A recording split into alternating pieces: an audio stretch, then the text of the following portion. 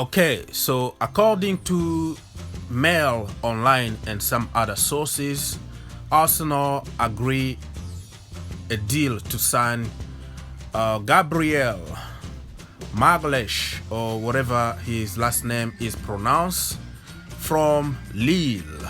And I'm not happy about this news because Chelsea fans been waiting for a defender this season, or from last season I mean, and now we haven't signed anybody, and Arsenal are doing business.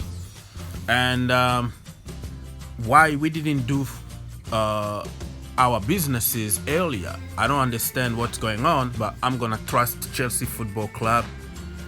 We are trying to get the best of the best in the market, so I don't understand why we didn't go for Gabriel. At some point we were the front runner according to many sources, and then it went to Everton, and then it was Napoli. Now it's Arsenal. So I don't know if this is true or not, because hey, we've seen all kind of reports, right? He was apparently having his medical at Napoli, and then he was going to sign for Everton next week, and blah blah blah. The same sources telling us different version, but I see this is a little credible because of the Brazilian connection at Arsenal at the moment. David Luiz, no, let me rephrase this.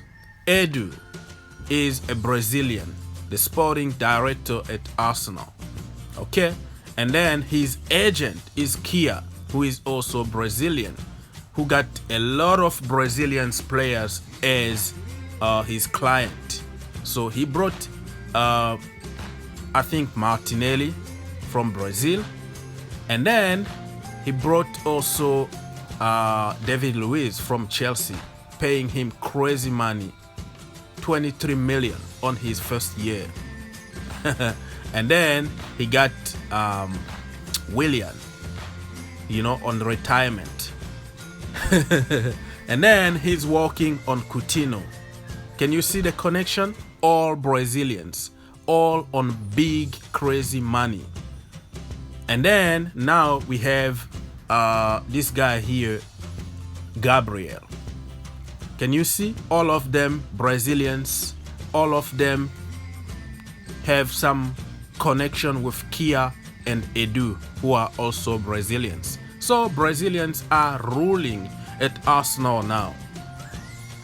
The problem is they fired the other guy, Raul, because apparently it was some dodgy businesses, the Nicolas Pepe's deal. So he got fired because apparently he was cheating and getting some money behind closed doors. Now that they are giving crazy contract to people like William, 33 years old or almost, on 230k a week.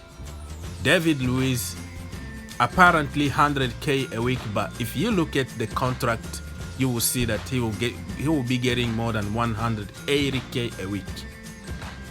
So you can hide, you can open an overseas account offshore, all that.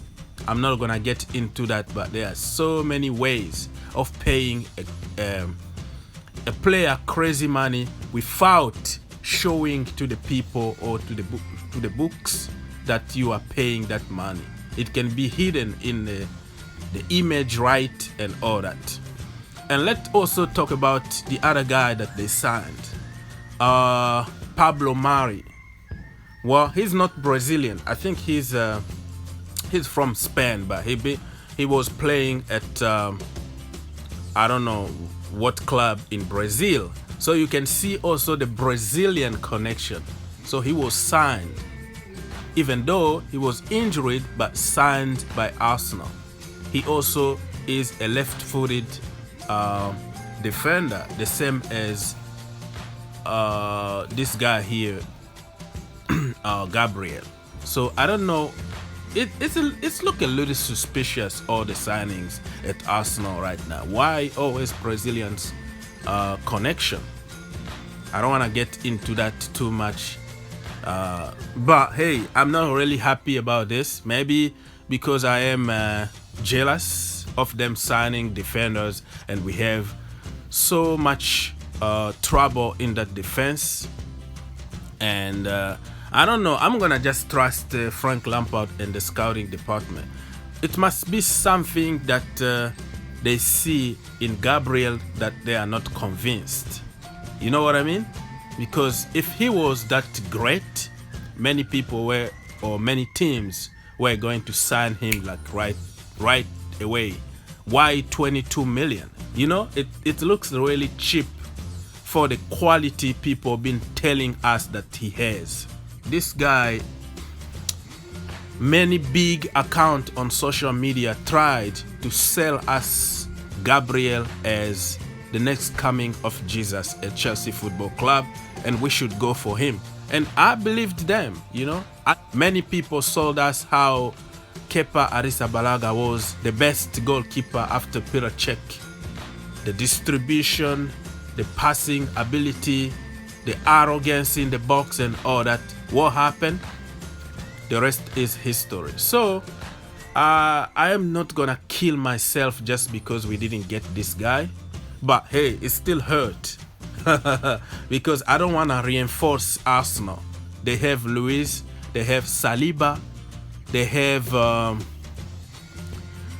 Pablo Mari, they have Suarez that they bought from Southampton, that hasn't really played that much at Arsenal because still injured, but got 4 years contract at Arsenal. Can you believe it? So I'm telling you, those contracts are a little bit dodgy. They have to investigate people, not only Raul, but something is going on with agent, with sporting director. There is a big connection out there, you know, to to sell Arsenal all kind of players, and we're gonna know maybe in the future. And I'm afraid because we haven't really made any defensive reinforcement at the moment.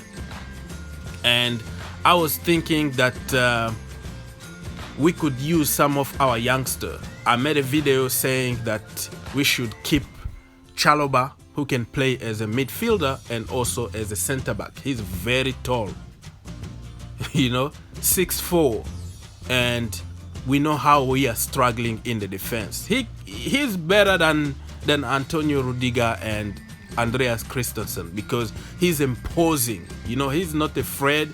He's intelligent and all that. But today, it's official. He joined Lorient in France. You know, in Ligue 1. So he will be defending against Neymar and Mbappe next season. You see what I mean? But he plays mostly in the midfield, but he's a very good center back too. And now we still have Mark Guay, who we can use if we don't sign anybody. And we can also use Ethan Ampadu, who also can play as a midfielder and also as a center back. Ethan Ampadu is the one that I am more excited because that guy, man, he plays like a 28 years old defender. Very calm, cool, collected, imposing, loud, captain material. But he's still a kid, 19 years old. He can make mistakes and learn from those mistakes.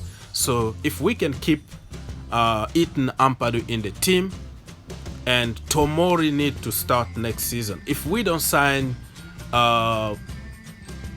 Declan Rice, I would like to keep Ethan Tomori. I mean, Tomori need to play with Zuma in that defense. I wanna wait. I wanna wait for the best. Okay, we're not going just to buy any junk on the market just for the sake of it. That's how we ended up by signing the Hector, the Giloboji, the Matt Miazga the last minute, and you have like 5 defenders, you know, below average level, just because we couldn't wait to buy the best on the market. Liverpool showed us how to do business. Okay, they waited for Van Dijk. Southampton said, we are not going to sell Van Dijk. And Van Dijk went on strike, you know, gave his transfer request. Southampton said, you are going to stay here. You are under contract. We are not going to be bullied, you know. So Van Dijk didn't go to Liverpool that transfer window, and he had to wait 6 more months. You see? So if we want to get to the next level, we have to stop signing average. Okay? If we need an average player, we can get one from the loan army or from the academy. So we go on the market to get top of the top. But I'm gonna be patient and wait until the last minute and see what Chelsea are going to do.